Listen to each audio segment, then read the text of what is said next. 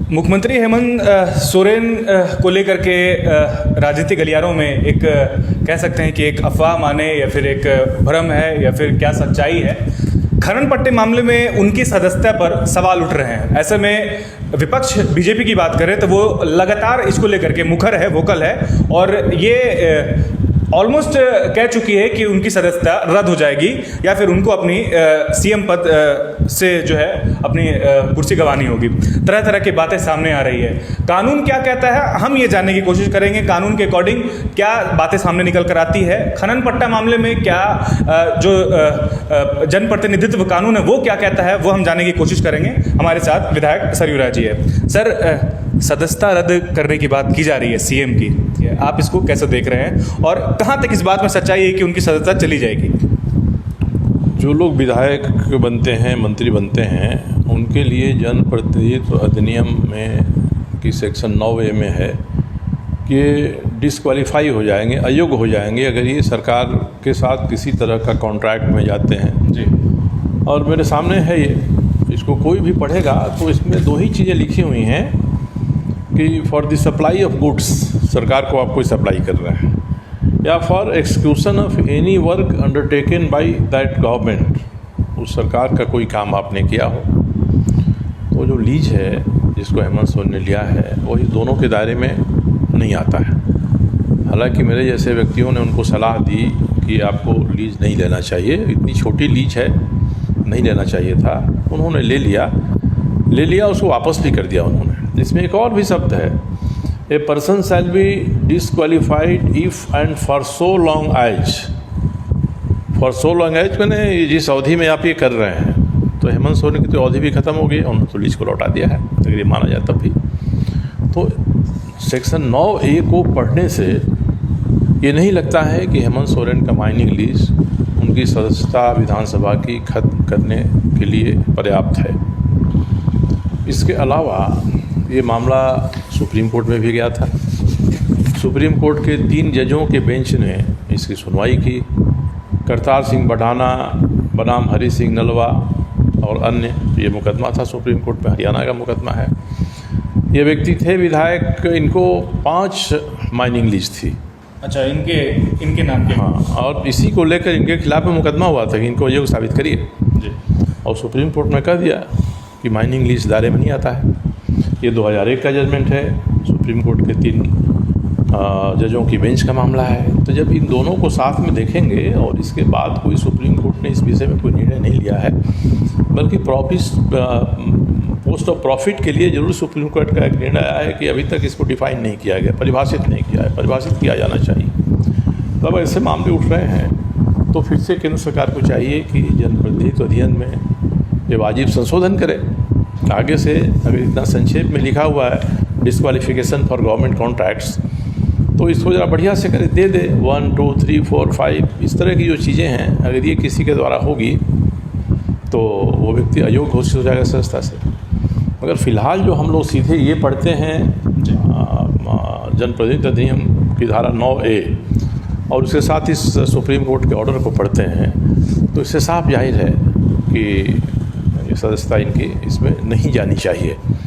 इसके बावजूद अगर महामहिम राज्यपाल ने चुनाव आयोग से मांगा है मंतव्य, चुनाव आयोग क्या मंतव्य देता है और उसका मंतव्य किस तरह के तथ्यों पर आधारित हैं, उस पर ही निर्भर होगा। अगर चुनाव आयोग दे देगा कि इनकी सदस्यता चली जाए और राज्यपाल स्वीकार कर लेंगे तो सदस्यता चली जाएगी।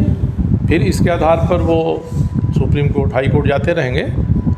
परंतु मुझे लगता है कि जो संवैधानिक पद हैं महामहिम राज्यपाल का और संवैधानिक संस्था है चुनाव आयोग, वे कुछ भी ऐसा निर्णय, ऐसा मंतव्य नहीं देंगे जो सुप्रीम कोर्ट के निर्णय के विपरीत हो या जो जनप्रतिनिधित्व अधिनियम की प्रासंगिक धारा के विपरीत हो। इसलिए मुझे तो भरोसा है कि सही वाजिब मंतव्य आना चाहिए चुनाव आयोग का, और इसलिए इसमें मुख्यमंत्री की सदस्यता जाने का विधानसभा का कोई खतरा मेरे हिसाब से नहीं है। अगर चली भी जाती है तो ज़रूर झारखंड मुक्ति मोर्चा या गठबंधन के लोगों ने कोई वैकल्पिक प्लान बनाया होगा कि अगर चुनाव आयोग और राज्यपाल मिलकर मुख्यमंत्री की सदस्यता ख़त्म कर देते हैं तो उनके अलावे जो बाकी उनके सदस्य हैं गठबंधन के साथ मिलकर किसी दूसरे को मुख्यमंत्री चुन सकते हैं और वो दूसरा व्यक्ति सरकार चला सकता है, इसलिए कोई राजनीतिक संकट तो नहीं खड़ा होगा। अगर कांग्रेस के या जेएमएम के विधायक ही बगावत करते हैं तो एक अलग बात है, मगर किसी भी तरह से इसके कारण से जितना प्रचार प्रसार किया जा रहा है, कोई भी राजनीतिक संकट आने की उम्मीद मुझे नहीं लगती है। सर ये तो बात सही है, एक कन्फ्यूज़न है, छोटा सा कन्फ्यूज़न है। विपक्ष ये आरोप लगा रहा है, अगर कानून जो कहता है कि खनन पट्टा या फिर माइनिंग उस दायरे में नहीं आता है, तो सीएम ने फिर इसको वापस क्यों किया, रद्द क्यों किया, कंटिन्यू क्यों नहीं किया? अगर वो निष्पक्ष थे तो उनको ये कैरी करना चाहिए था। इस पर कैसे देख रहे हैं? ऐसे उदाहरण नहीं देना चाहेंगे जो बड़ी महान व्यक्तियों से संबंधित हैं, परंतु मुख्यमंत्री को मेरे जैसे व्यक्तियों ने सलाह दिया होगा, उनको लगा होगा कि भाई एक छोटी सी गलती मैंने कर दी या छोटी सी बात मुझसे हो गई, इसको लेकर बड़ा राजनीतिक बखेड़ा खड़ा हो रहा है, ये आगे बढ़ सकता है। उन्होंने इसको लौटा दिया। जिस तरह से उन्होंने अपने विवेक से खनन पट्टा लिया, वैसे अपने विवेक से लौटा दिया। इसलिए लोग यही कह रहे हैं ना कि मान लिया मुख्यमंत्री ने कि हमारा अपराध है, हमने गलती किया है, ये स्वीकार कर लिया। उन्होंने ये स्वीकार कर लिया तो उन पर दूसरी आईपीसी सीआरपीसी की अन्य धाराओं में उनके खिलाफ मुकदमे चल सकते हैं। जनप्रतिनिधित्व अधिनियम के तहत इस दोष को स्वीकार करने के कारण उनके ऊपर मुकदमा नहीं चल सकता है। इसलिए जो लोग मानते हैं कि उन्होंने गलती किया, गलती को स्वीकार कर लिया, उनको दूसरे सीआरपीसी आईपीसी की धाराओं के अंतर्गत उनके ऊपर मुकदमा करना चाहिए। वो वाजिब होगा, कहा जाएगा। उसका फैसला जब आएगा तब ये साबित हो जाएगा कि उनका लेना गलत था या लौटाना गलत था। मगर जहाँ तक जनप्रतिनिधित्व अधिनियम की धारा 9A का सवाल है, उसके तहत ये बात कहीं आती नहीं है। एक चीज़ और पूछना चाहेंगे, एक और सवाल है सर। जिस तरह से अभी इन दिनों मौजूदा, अगर मैं 1 से 2 महीने की बात करूं तो सरकार के जो मंत्रिमंडल में जितने मंत्री हैं, तरह तरह के भ्रष्टाचार के आरोप लगे हैं। अभी एकदम मौजूदा बता रहा हूँ, उनमें से आपके भी एक शामिल है, एक केस आपके भी शामिल है जो आपने बन्ना गुप्ता पर जिस तरह से स्वास्थ्य विभाग को लेकर के जो है राशि के घोटाले को लेकर के जो आरोप जो आपने लगाया, जो भी तथ्य आप सामने रखें, उसी तरह से आलमगीर साहब की बात करें तो टेंडर मैनेज की बात सामने आ रही थी। रामेश्वर राव की बात करें तो उनको इलेक्शन कमीशन में फाइलें छिपाने की, तो इस तरह की तमाम जो है बातें सामने निकल कर आ रही है। ऐसे में सवाल ये उठता है कि क्या हेमंत सरकार की जो मंत्रिमंडल है या फिर जो कैबिनेट है, वो क्या अभी बिल्कुल सरकार गिराने के कागार पे है, या फिर इस तरह की बातें जो सामने निकल कर आ रही है, कैसे देख रहे हैं इस चीज़ को? देखिए, मेरे सामने एक तथ्य आया, मुझे लगा कि उचित नहीं है, क्योंकि कोविड के मामले में जिन लोगों ने संकट उठाकर जान की जोखिम में डालकर जो काम किया है, उनको सरकार ने तय किया हम प्रोत्साहन भत्ता देंगे। उस प्रोत्साहन को ऐसे लोगों ने भत्ता लेने के लिए प्रयास किया जो उसमें कहीं आते नहीं थे।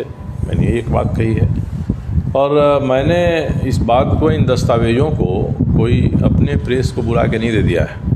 मैंने माननीय मुख्यमंत्री को इसके बारे में पत्र लिखा कि आपके कैबिनेट एक मंत्री और आपकी सरकार का एक विभाग इस तरह का काम कर रहा है जो अनुचित है, और वहाँ से उसके बाद वो सारी चीज़ें पब्लिक हुई। तो मेरा इतना ही कहना था कि ये सही नहीं है, ये नहीं करना चाहिए इन लोगों को। तो इसके अलावे और कुछ नहीं था कि आप ये कोई बहुत बड़ा भ्रष्टाचार हो गया, घपला हो गया, नैतिकता के आधार पर ऐसे व्यक्ति को मंत्री नहीं रहना चाहिए, ये मैंने कहा था। इसमें मुख्यमंत्री को निर्णय लेना था, मुख्यमंत्री ने तो कोई निर्णय लिया नहीं। अब स्वास्थ्य विभाग ने उल्टे हमारे ऊपर FIR कर दिया जी। इसके पहले भी उन्होंने मानहानि का मुकदमा किया। इसमें एक बात तो ये आती है कि जब आप एक ही विषय पर न्यायालय में कहीं गए हैं तो आप उस पर उसी विषय के बारे में FIR नहीं कर सकते। दूसरा इन्होंने FIR किया। मेरी यही प्रतिक्रिया है कि इतने नादान लोग हैं, इतने नासमझ लोग हैं, इनको कानून की कोई समझदारी नहीं है। एक तो कोई भी स्पेशल एक्ट है, जैसे उन्होंने मेरे ऊपर लगाया ऑफिशियल सीक्रेट एक्ट, तो जब आप किसी एक स्पेशल एक्ट में मुकदमा कर रहे हैं तो आईपीसी के अन्य प्रावधानों में मुकदमा नहीं हो सकता है उसमें। फिर भी इन्होंने किया है, और इन्होंने उसमें आईपीसी का 379, 309, 411, 420 लगाया है। आप उनको कहीं भी गूगल पर देख लीजिए कि इन धाराओं में जिस पर भी आपराधिक कार्य होता है उसमें कहीं से भी ये चीज़ें जो हुई हैं वो आती ही नहीं हैं। तो पूरी तरह से इनका जो FIR है वो FIR इनफ्रक्चुअस है। बैड इंटेंशन से किया हुआ है। इसलिए कल मैं ऑफिस खुल रहा है तो मैं मुख्यमंत्री को लिखूँगा कि आपकी एक सरकार ने इतना नादान, नासमझ, प्रतिक्रिया में बदले की भावना से जो ये काम किया है, उससे आपकी सरकार की छवि खराब होगी। मेरा उससे कुछ नहीं बिगड़ेगा। मैं तो आज भी हूँ, उन्होंने फायर किया है तो CRPC के सेक्शन 41A में उनको मेरे आना चाहिए नोटिस देकर मेरे पास बयान लेने के लिए। मैं तो मौजूद हूँ। मैं कहूँगा कि इस तरह के जो काम हो रहे हैं आपकी सरकार में, ये काम गलत हो रहे हैं, इसलिए आप इस FIR को वापस लीजिए। अगर मुख्यमंत्री वापस नहीं लेते हैं तो फिर मैं जाऊँगा, कानून का सहारा लूँगा, मैं उच्च न्यायालय में जाऊँगा। किस तरह से हो रहा है इसको आप FIR को क्वेश्चन करिए, वापस कराइए।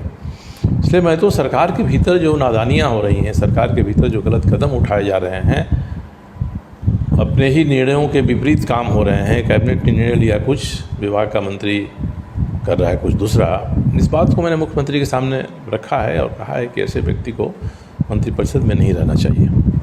एक अंतिम सवाल करेंगे सर और इस इंटरव्यू को यहीं पे ख़त्म करेंगे। मौजूदा जो राजनीतिक परिस्थितियां बन रही है, एक तरह से कह लें राजनीतिक संकट जो बन रही है रूलिंग पार्टी में, उसको आप किस तरीके से देख रहे हैं? बाहर में हलचल ये है कि अब न तब सरकार गिर जाएगी, बीजेपी कह रही है कि अब हम सरकार बनाने वाले हैं, JMM कह रही है कि हमारे अंदर सब कुछ ठीक है, कांग्रेस कह रही है कि नहीं, कुछ ठीक नहीं है, हमारे बीच में समन्वय नहीं बन पा रहा है। आप इन सब चीज़ों को आप किस प्रकरण में देख रहे हैं? देखिए, इसको मैं प्याला में तूफान की संज्ञा देता हूँ। सरकार के पास जितने विधायकों का समर्थन है और विपक्ष के पास जितना समर्थन है, दोनों की तुलना करिए तो कहीं से नहीं लगता है कि विपक्ष की सरकार बनेगी। कांग्रेस के अगर 11 विधायक विद्रोह कर दें, एक अलग दल बना लें या इस्तीफा कर दें, तभी संकट खड़ा हो सकता है। और कांग्रेस तो गुटों में बंटे रहने के लिए मशहूर है। कई गुट रहते हैं, जो मंत्री नहीं बने हैं उनका अपना गुट है, उनका काम नहीं हो रहा उनका अपना गुट है, इस तरह की बातें चलती रहती हैं। पर मुझे नहीं लगता है कि हम किसी वैधानिक प्रक्रिया के अनुसार कांग्रेस के 11 विधायक टूट जाएंगे, उनकी सरकार गिर जाएगी, भाजपा की सरकार बन जाएगी। एक राजनीतिक अस्थिरता का माहौल पैदा किया गया है, ये समथिंग आउट ऑफ नथिंग हो गया है। तो एक माहौल बना है, जनता में भी, प्रशासन में भी इसका असर सरकार के काम पर भी पड़ रहा है। कहीं से सरकार गिरने की स्थिति नहीं है। अगर कांग्रेस के विधायक कुछ त्यागपत्र दें, कुछ विरोध कर दें, कुछ इधर हो जाए, तो अस्थिरता का माहौल है, इसको लेकर केंद्र की सरकार या राष्ट्रपति शासन लागू कर दे सकती है। विधानसभा नहीं भंग करेगी, सभी विधायकों को लगेगा कि हम विधायक तो बने हुए हैं, विधानसभा को भंग किए बिना भी राष्ट्रपति शासन लागू कर दे सकते हैं 6 महीना के लिए, अधिकतम 6 महीना के बाद नहीं ठहरेगा। इस बीच में कोई सरकार बनाने की कोशिश करे, जोड़ तोड़ करे, लगता है तो जब तक कोई व्यक्ति राज्यपाल के यहाँ एक लिस्ट लेकर नहीं जाता है कि साहब हमारे साथ इतने विधायक अब हो गए हैं, ये सरकार अल्पमत में आ गई है, तब तक तो कहीं सरकार के गिरने का कोई मतलब ही नहीं है। अब ये लगता है कि राजनीतिक माहौल में कई ऐसे सवाल उठ जाते हैं जिनका कोई आधार नहीं है, और मीडिया भी उनका सांगोपांग विश्लेषण करने के बदले में उससे निष्कर्ष निकालने लगती है, तभी ऐसी परिस्थिति होती है। मेरे हिसाब से कहीं कोई अस्थिरता की, सरकार गिरने की, जाने की बात नहीं है। अगर मुख्यमंत्री की सदस्यता चुनाव आयोग रद्द कर देगा तो भी कोई वैकल्पिक सरकार बनाकर ये व्यवस्था को चला सकते हैं।